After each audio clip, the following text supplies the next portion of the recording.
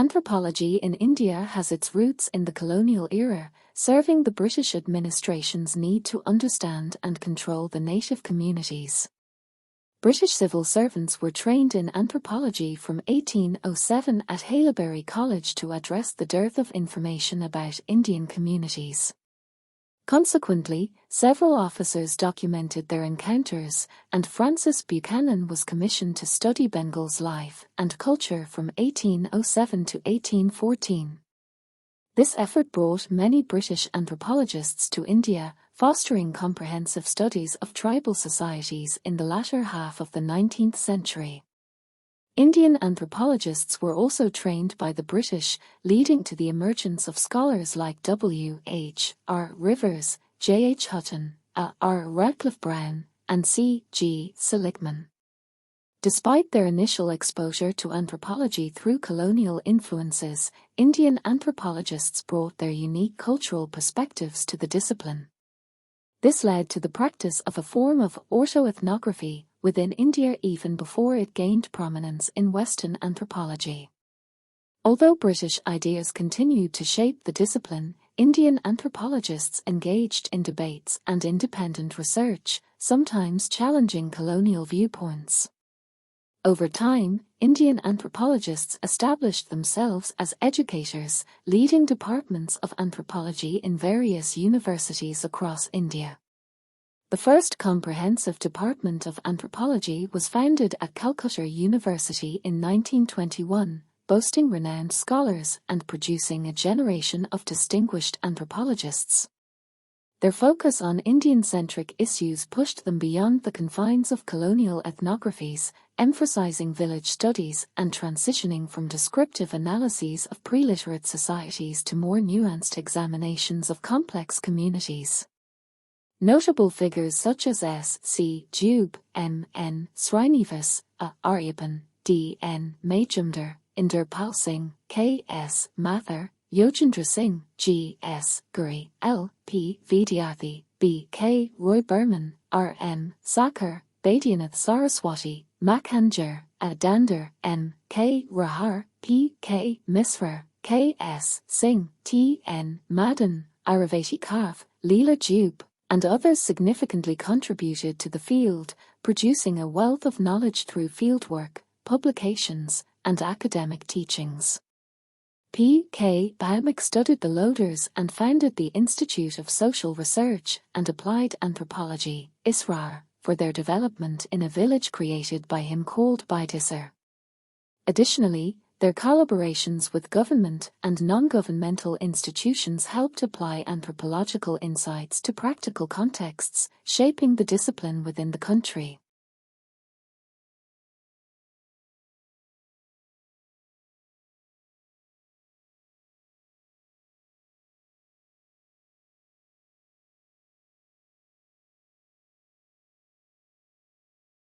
Govind Sadashiv Ghurye is often called the father of Indian sociology. In 1920, Ghurye went to England to study sociology with Leonard T. Hoypehouse, but he ended up working under the anthropologist W. H. R. Rivers at Cambridge. He expresses his need for this transition, stating that the anthropological approach to sociology was the most appropriate one. Ghurye 1973, 45. Post the sudden death of W. H. R. Rivers, he completed his Ph.D. in 1923 under the supervision of Alfred C. Haddon.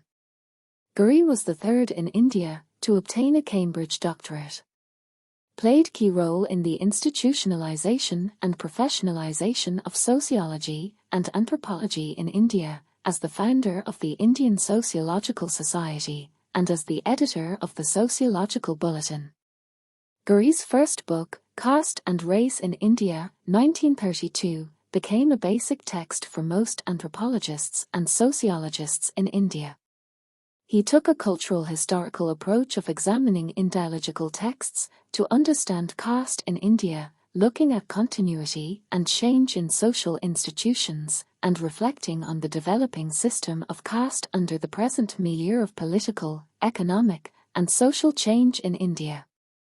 He further influences the disciplines through his numerous students including R. Desai, I. P. Desai, Irawati Karve, and M. N. Srinivas.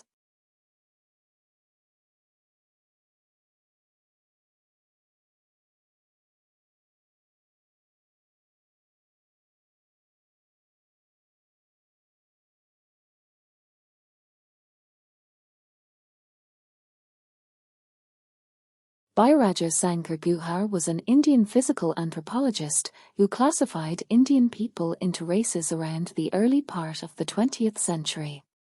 He was the first director of the Anthropological Survey of India, ASI 1945-1954. He was trained by famous anthropologists like E. A. Houghton, R. B. Dixon, and A. M. Tozzer, and was well acclaimed for his thesis titled The Racial Basis of the Caste System in India.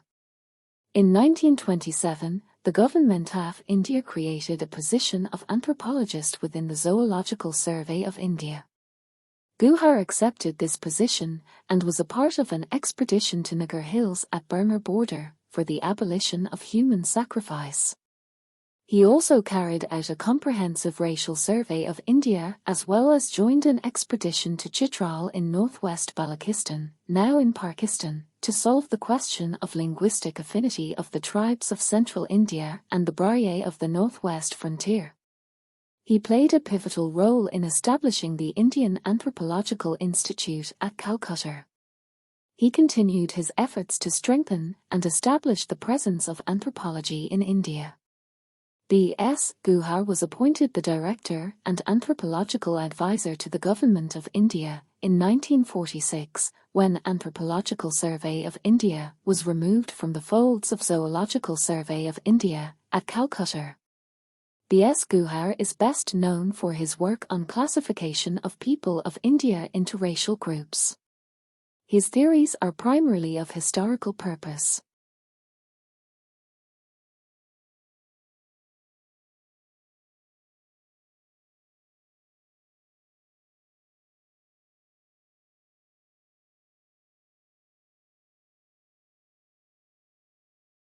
Prafullar Chandra Biswas was born in Calcutta, now Kolkata. He earned his master's in anthropology from Calcutta University. He was awarded the von Humboldt Fellowship in 1933 to pursue his doctoral research from Berlin University, Germany. He worked on morphogenetic variability of different races under the guidance of the famous geneticist Eugene Fischer, and was awarded Ph.D. for his research, über Hand- und Fingerleisen von Indien on palm and fingerprints of Indians, in 1936. Influenced by Eugene Fischer, some of Biswas' early writings carry eugenic ideas where he advocates mass sterilization policies. This thought was also in conjunction with the increasingly popular discussions of eugenics in India during 1920s and 30s that visualized eugenics as an important part of nationalist and anti-colonial frameworks as well as a source of modernization and regeneration. Hodges 2006. While his ideas on eugenics remained, he also advocated for social reforms and welfare. In his 1934 paper, Concept of Disease Among the Primitive People of India, Biswas countered the perspectives of Forrest Clements and W. H. R. Rivers. Although he didn't challenge their theoretical orientations, he highlighted India's diverse, primitive medicinal practices through numerous examples from Indian ethnographies, thus establishing India as a microcosm of the world and correcting Rivers' belief about the absence of a comprehensive disease-object intrusion theory in Asia, including India. Biswas critically examined existing knowledge by emphasizing Indian ethnographic elements. He had a pivotal role in the establishment of the Indian Anthropological Association, a representative body of the professional anthropologists in India, which was registered under the Society's Registration Act in 1969, with the Department of Anthropology, the University of Delhi as its national headquarter. Professor Biswas worked with the government and on developmental issues. For example, he wrote the Socio-Economic Survey of Budpur, a Delhi village, in 1961, as part of a Census of India 1961 series of monographs. He also advocated the setting up of a board of tribal education consisting of experts in tribal affairs.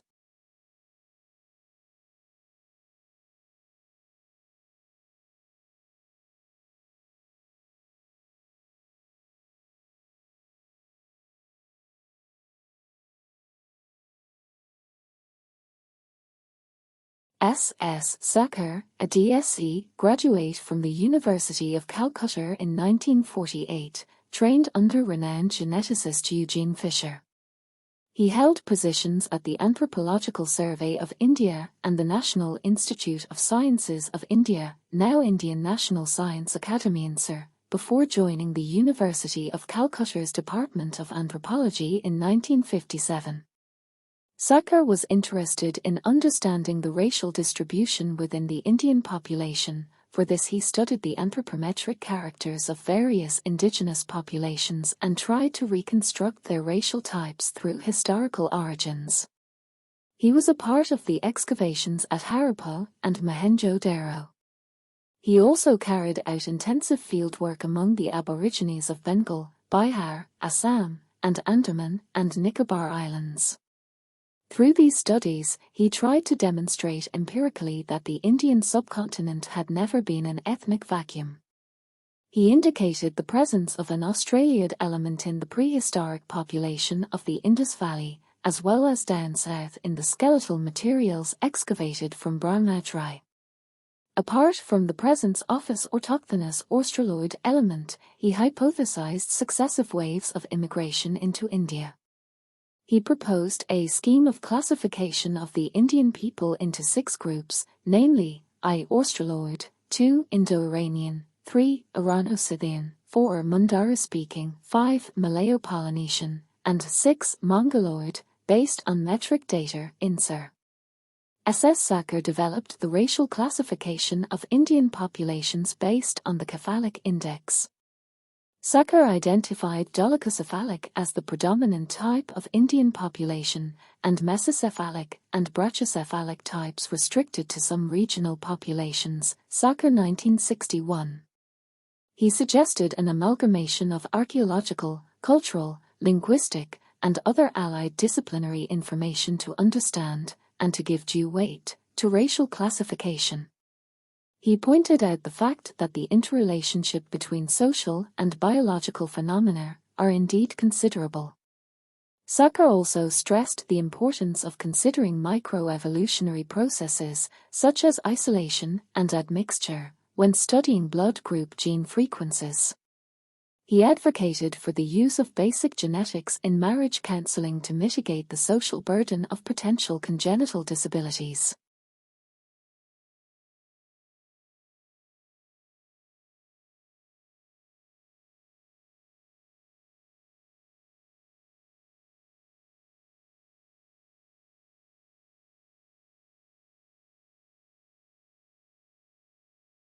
Irawati Karve was India's first woman anthropologist at a time when anthropology and sociology were still developing as university disciplines. She pursued her BA honours in philosophy, with sociology as major, from Fergusson College, Pune. She received the Dakshiner Fellowship and went on to do her master's in sociology from Bombay University, under the guidance of G.S. Ghurye, where she wrote significant papers on the folklore of Parshuram and Chitpavan Brahmin. She continued her education and went to Kaiser Wilhelm Institute for Anthropology, Eugenics, and Human Heredity, 1928-30, where she worked under the guidance of Eugene Fisher. Her doctoral thesis was on normal asymmetry of the human skull and bones, and she was conferred her D.Phil degree in 1930 by Berlin University.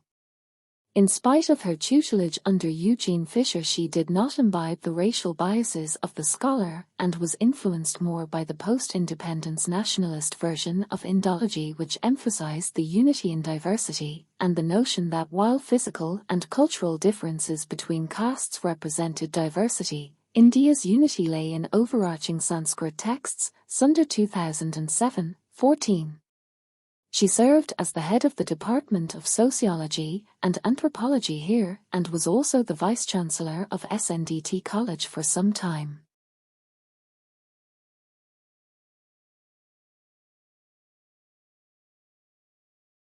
Karve's body of work represents a combination of integrated influences through her academic engagement with various subfields of anthropology. It reflects A. The indialogical tradition from her early work with her Mars supervisor, G.S. Ghurye. B. Ethnological tradition which manifested through surveys of castes and tribes within India. C. German physical anthropology tradition which attempted to provide a genetic basis for the existence of a variety of groups, which she imbibed during her PhD in Germany, and D. Her passion for fieldwork which led her to take up new areas of research like socio-economic surveys or archaeological explorations with her colleague and archaeologist H.D. Sankalier. Irawati Karve was an Indologist who mined Sanskrit texts for sociological features. Karve in her Indological work explored ancient texts to explain the present. She then used anthropometric data to supplement her interpretations with the hard facts. She was an anthropologist, zoologist, and paleontologist, a collector of folk songs, a translator of feminist poems, and a Marathi writer. Her thesis, on her own caste, the Chapavan Brahmins, an ethnic study, is a classic example of physical anthropology, eye-color measurements, combined with an indialogical discussion of caste origins in the form of the Parasurama myth drawn from popular versions and the Puranas. Some of her seminal works include Kinship Organization in India, Hindu Society, an Interpretation, Maharashtra, Land and People, Yugantar, The End of an Epoch.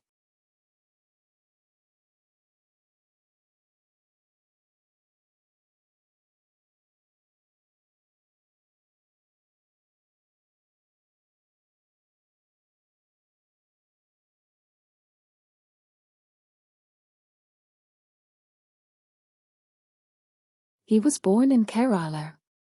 He pursued his graduation in zoology from Presidency College, Madras, followed by an MA in economics from the University of Madras, in 1927. Aiyappan joined the Government Museum, Madras as an anthropological assistant under Diwan Bahadur K. Rankachari, where he received his initial training in anthropological fieldwork. He also received training in physical anthropology under B.S. Guha from the Indian Museum during this period. In 1934, Aiyappan went to the London School of Economics, where he pursued his PhD in anthropology under Raymond Firth. He worked on Irawis and cultural change and was awarded his PhD in 1937. He returned to India and joined the Government Museum, Madras, and became the superintendent of the museum post-independence. He was also a visiting professor at the University of Madras and Cornell University during this time. Aiyappan had an extensive interest in archaeology, which led him to join the excavation at Arikamedu, an archaeological site in southern India, and he was conferred with the Sarachandra Roy Gold Medal of the Asiatic Society in Bengal for his contributions to archaeology. He joined Utkal University in 1958 as a professor and head of the newly founded Department of Anthropology.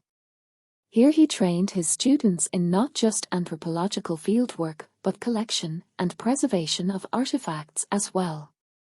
He was also pivotal in opening anthropology departments in BJB College and Calicut College and laid stress on the opening of museums alongside the departments. 2005.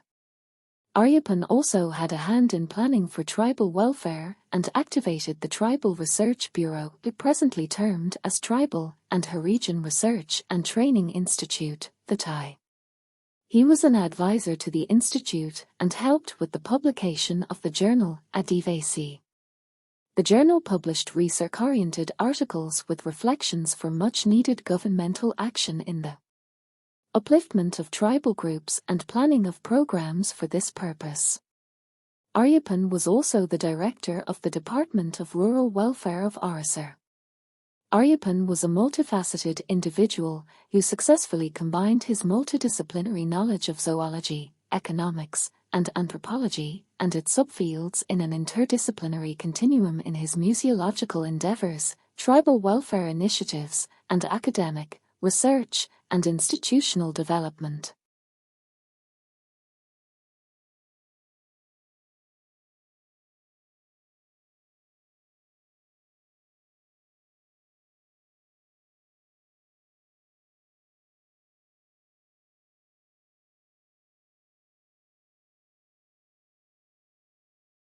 M.N. Srinivas was born in Mysore. He received his BA in Anthropology and Sociology and Masters in Sociology from Mysore University in the years 1936 and 1939 respectively. He received his initial training in ethnology under G.S. Ghurye and received a PhD from Bombay University for his work among the cohorts. In spite of finding mentorship under Ghurye, Srinivas was often in disagreement with him. He proceeded to pursue a D.Phil. in social anthropology from Oxford University under the mentorship of A.R. Radcliffe Brown and subsequently E. Evans Pritchard. He completed his D.Phil. in 1947 and was appointed as a lecturer in Indian sociology at Oxford. M.N. Srinivas through his works introduced a number of key concepts that hold relevance in India's contemporary reality even today. During his first PhD, he introduced the idea of Brahmanization as a mode of caste mobility and social change. He subsequently introduced the term Sanskritization as a more inclusive term than Brahmanization in the spread of Hinduism. He included this shift in perspective under the influence of the structural functional school of thought in his book Religion and Society Among the Cohorts of South India, 1952, where he also introduces the ideas of horizontal solidarity and vertical solidarity within a caste and village respectively. He also emphasized the need for village studies in the understanding of the country. In his fieldwork in Rampura, Mysore, he exposed the two kinds of statuses found in such societies, 1. Ritual and 2. Secular statuses. He introduced the concepts of a dominant caste and westernization, 1966, distinguishing between ritual and secular statuses, and highlighting the role of Western education, economic and political power in social mobility and change. Contemporary ground realities in Indian society are further highlighted in the book The Grassroots of Democracy, Field Studies of Indian Election, a collection of 19 essays that reflect on two national elections in India's rural, tribal and urban communities. Srinivas was an ardent field researcher and advocated the same for Indian anthropology and sociology. His work, The Remembered Village, written from memory of his fieldwork after the loss of his original field notes to a fire, adds a new methodological dimension to the practice of anthropology.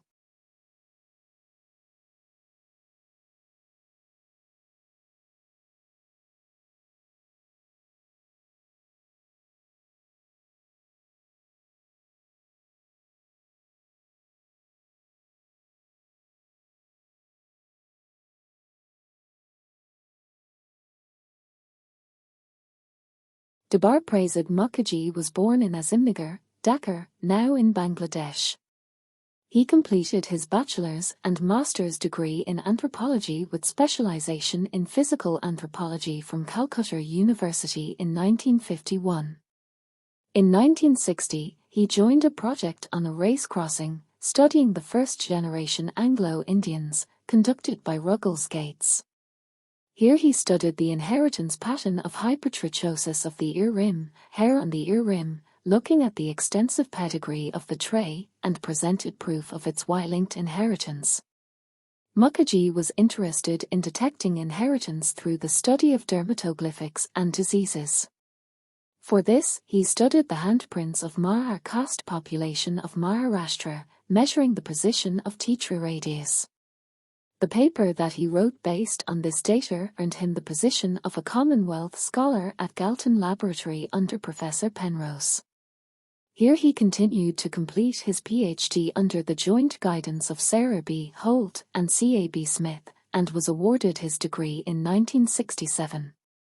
His key inclination was to work in India. He thus declined a teaching assignment at the UK and returned to India in 1969, where he worked ardently to include anthropology and human genetics into medicine. He was recruited as an expert by the World Health Organization in 1971 as a part of the scientific group on genetic implications of family planning. Here he presented a paper on the patterns of marriage and family formation in rural India and genetic implication of family planning, elucidating the long-term effect of the National Family Planning Programme on human evolution. He founded a School of Anthropology in Anthropological Survey of India as Deputy Director in 1975. In 1981, he joined the Department of Anthropology, Calcutta University, as Professor of Physical Anthropology and taught there for the next 15 years until his retirement in 1997. He continued to use his anthropological expertise for social causes and actively engaged in awareness camps of doctors, health camps, health and genetic study of hereditary diseases on outdoor patients of R.G. Carr Medical College, Calcutta. He established School of Human Genetics and Population Health in 1993 with a group of social workers, physicians, and scientists to address diseases and deformities from the perspective of medical genetics, genetic counseling in the individual, and genetic screening and detection in the community.